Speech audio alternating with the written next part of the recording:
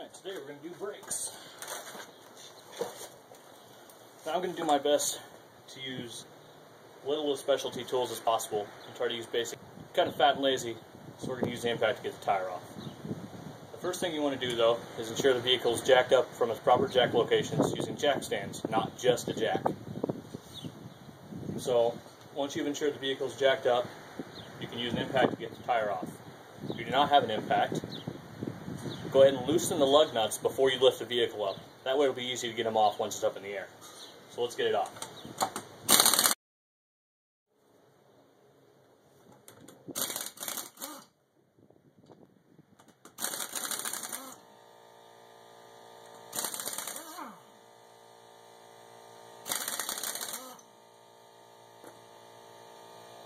And then pull the tire off.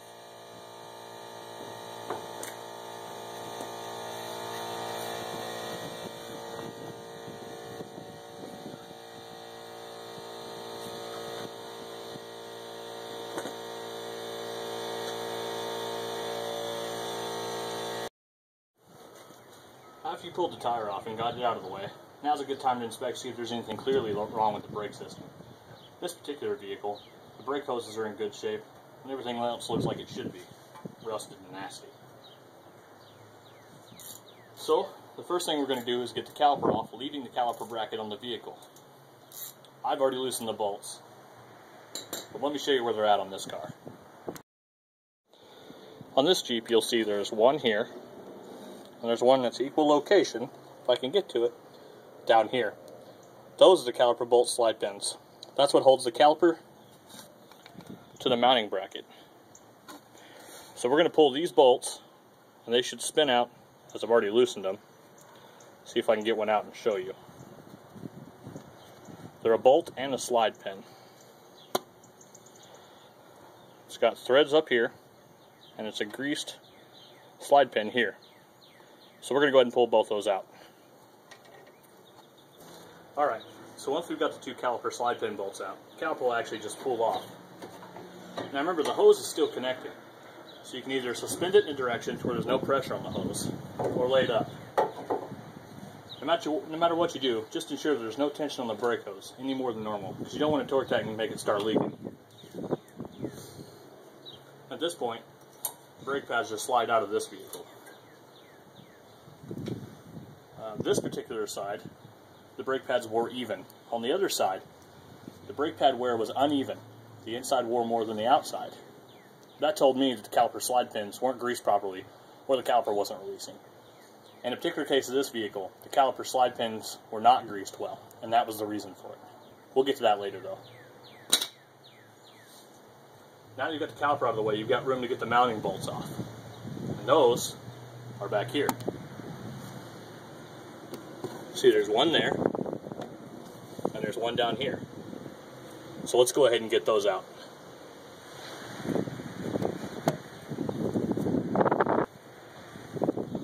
Alright, so now we're going to get those mounting bolts out. I've already loosened them, so I'm going to go ahead and pull them out.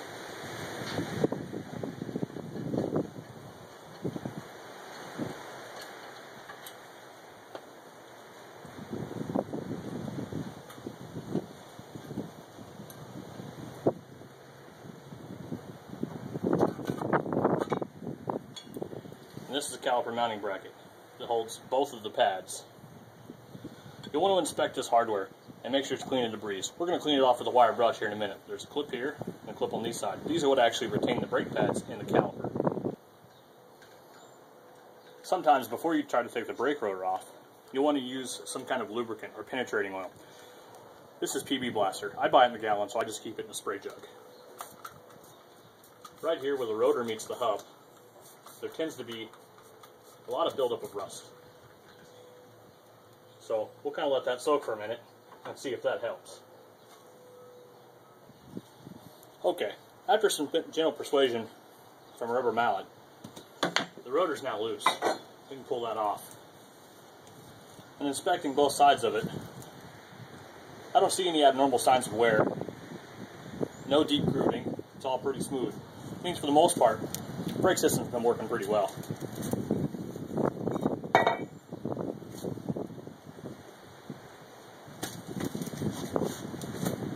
this point, you want to make sure you clean the hub surface off real well. Make sure it's clean and free of debris. There's a lot of rust buildup on here. Now, if I just put a new rotor on there, it may not seat 100% straight against there. It can't the whole brake rotor. That would cause really uneven wear on the pads, and usually it to heat up in one side of the pad faster than the other, which can cause warping on the rotors. This is just a wire brush attachment for my drill. Just going to clean around each of the studs and the surface face of this hub.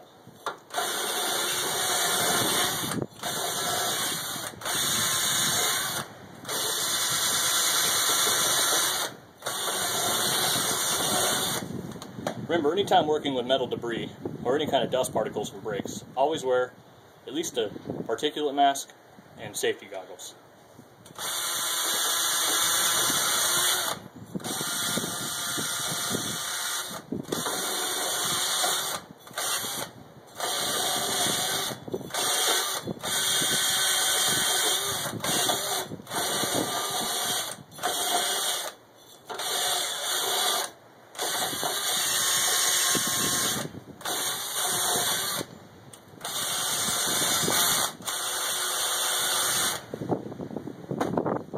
Now that we've got the hub clean of all the debris, we're going to go ahead and put some anti-seize compound, same kind of stuff you use on spark plugs, around the outside of this hub here. That'll prevent the new rotor from rusting to the old hub, and it'll be a lot easier for disassembly next time we do the brakes. Real must if you want to continue to keep the vehicle, or it's just a real nice thing to do anytime you ever have to service something. I always buy in the big container, so we'll literally just kind of brush it around the outside edge of that, where the rotor will meet the surface of the hub.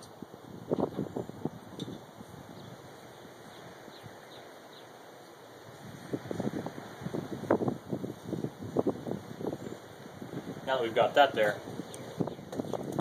go ahead and open our box with our new rotor.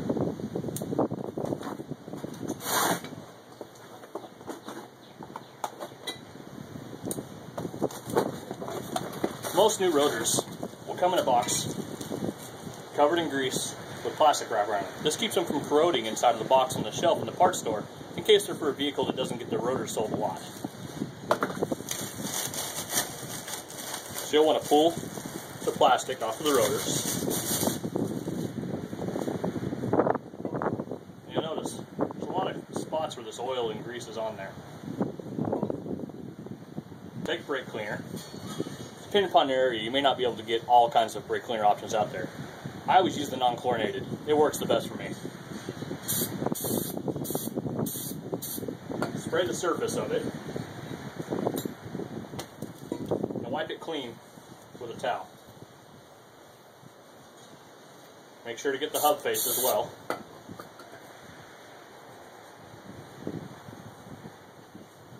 And try to make sure you don't get your greasy hands all over the face of the rotor, because you're going to have to clean that off later, and that just uses more brake cleaner.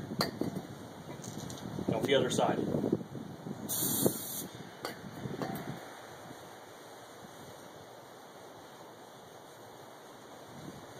It's also very important not to get brake cleaner to breathe it in or to get it on your face, eyes, or bare skin. One of the main ingredients inside of it is methyl ethyl ketone. If you know anything about that material, it's real bad for your liver and kidneys, and it can absorb through your skin and damage you that way. So now that we've got the rotor clean, we'll go ahead and put that on.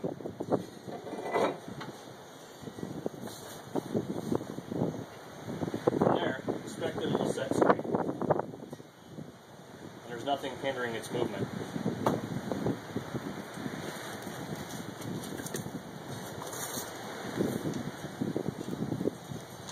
From this point, take the mounting bolts for the caliper mounting bracket and apply anti-seize to the threads of those as well.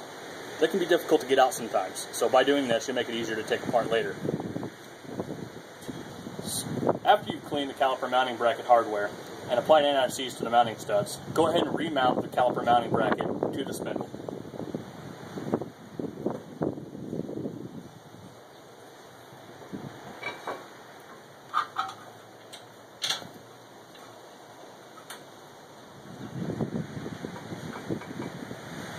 Always hand tighten these bolts first, because if you get the alignment off and one's tight, you'll never get the other bolt in.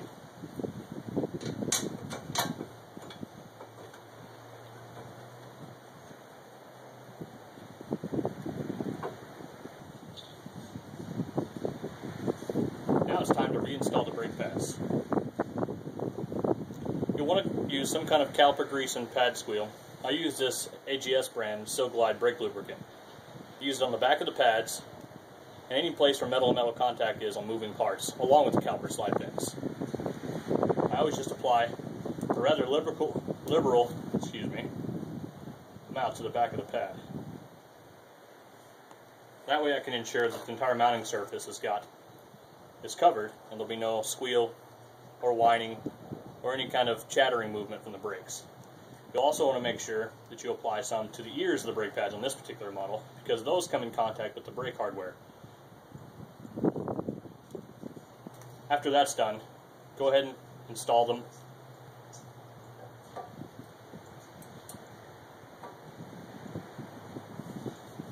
And we'll do the same for the other side. Again, applying a liberal amount to the back and to the ears. Now, most brake pad designs are similar, but also have their differences. So ensure that anytime there's metal-to-metal contact anywhere, those points are greased.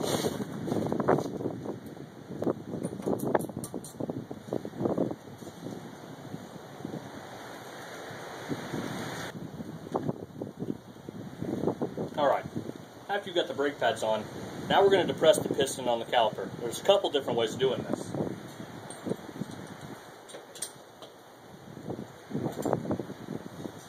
This particular vehicle does have ABS, so we're going to ensure that we do this slowly, or open the bleeder valve. Either way is sufficeable, but if you've added brake fluid, you'll definitely want to open the bleeder valve so the excess brake fluid doesn't overflow in the master cylinder and run all over the vehicle, destroying some of the paint under the hood. So we'll take the caliper, lay it back, again making sure we have no abnormal tension on the brake hose. This tool I have pretty easy, it's a pad spreader. By turning this, it pushes the piston up and applies pressure to the piston, seating it back inside the caliper. So we're going to set that inside there.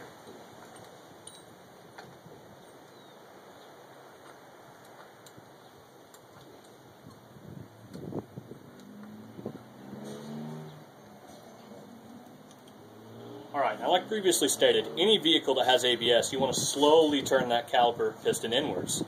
Otherwise, you can damage the plastic check valves in their ABS unit.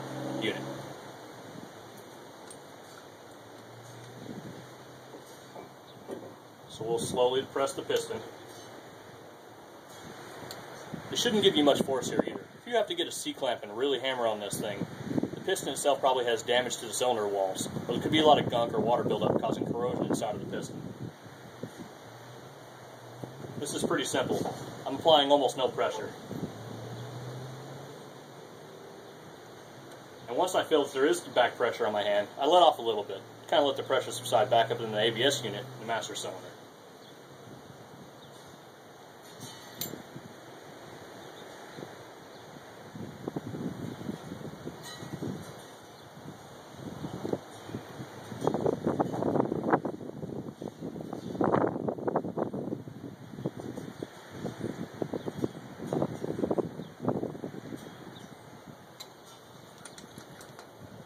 Once we're done here, we'll go ahead and get all this stuff out of the way.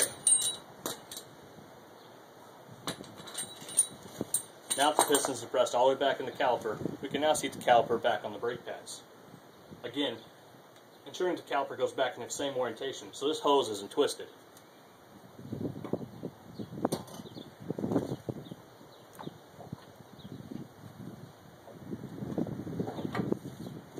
Now that we've got that on, we're going to get those caliper pins, making sure that they're re-greased liberally,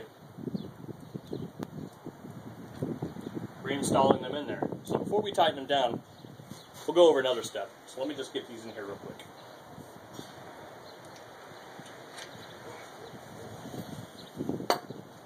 Alright, so before you tighten these down, go ahead and take another small bit of anti-seize and put it on the threads. This will make it a lot easier to install them next time. Or, sorry, uninstall them next time. Ensuring there won't be any corrosion or anything built up in there. Alright, now that that's all tight, inspect that you tighten down every bolt. Make sure there's no issues with the hoses still, and everything's snug. Just like we ensured the hub surface was clean, we're going to make sure the surface of the rim is clean. So the other side of the rotor, where it seats, is also in good shape. So there's a lot of corrosion built up on this one. We're going to go ahead and knock a bunch of any high spots up, or any spots that stick out, with the wire brush again.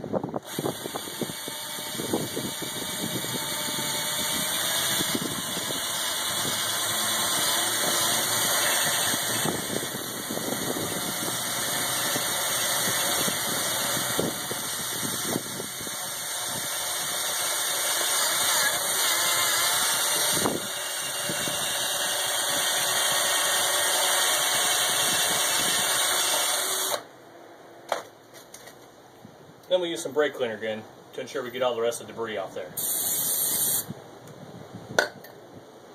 Then you can install the wheel. Go ahead and hand start the nuts first.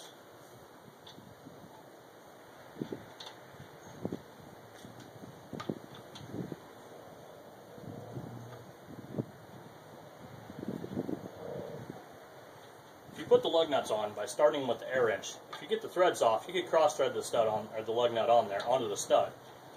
Be a costly and really annoying repair later.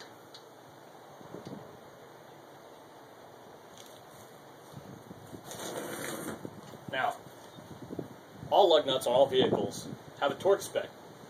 This particular vehicle is 98 foot-pounds. My air ratchet has a setting for 100 foot-pounds, so we're going to go ahead and use that to install them. First, I'm going to use the 50 foot-pound setting, though. Doing in a star pattern. That way the rotor sinks completely. The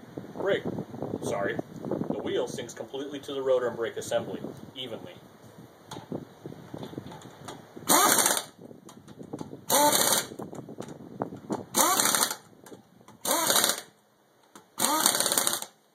After you finish the 50 foot-pounds, then I'll take it up to 100.